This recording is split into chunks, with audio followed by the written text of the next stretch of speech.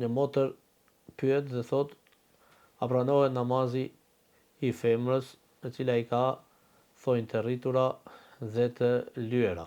Themi kësaj motrës, i përgjigjemi, duhet që muslimania të ketë kujdes dhe të lakmon që t'ju përngjason nënave të besimtarëve, bijave të pejgamberit sallallahu alaihi wasallam, dhe këto t'i merr për yrnek dhe model dhe mos të lakmon në pabesimtarët.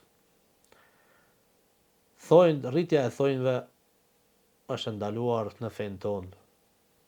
Prerja e thonjve është prej pastërtisë, prej natyrshmërisë së pastër që ka udhëzuar pejgamberi sallallahu alaihi wasallam dhe ka nxitur që besimtarët përgjithsisht edhe meshkujt edhe femrat t'i presin thonjtë dhe mos t'i lënë ata më shumë se 40 ditë.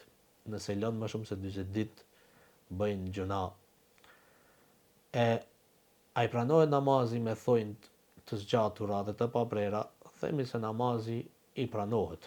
Mirëpo sa i përket asaj pyetjes së dytë, pra nën pyetja e cila thot nëse i ka të lyera, atëherë themi nëse i ka të lyera me bojë ngjyrë e cila e ndërpret dhe ndalon arritjen e ujit deri në lëkurë, atëherë abdesi i saj nuk është valid.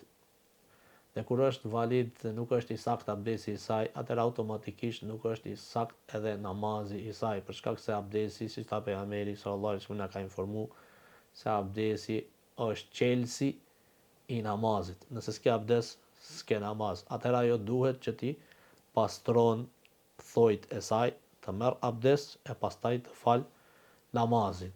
Po nëse ajo merr abdes dhe ende nuk i ka lënë me ngjyrë thonjtë e saj, merr abdes, pastaj i lin me ngjyrë e pastaj falet namaz. Namazin e ka të sakt, mirë po duhet të kujdeset kur të vjen koha e namazit tjetër dhe ajo e ka prishur abdesin dhe ka nevojë për abdes të ri, atëherë duhet që t'i pastron prej ngjyrës thonjtë e pastaj të merr abdes. Nëse është ngjyra materie që e ndalon pra ujin që ta arrin në lëkurë, Allahu e din më mirë.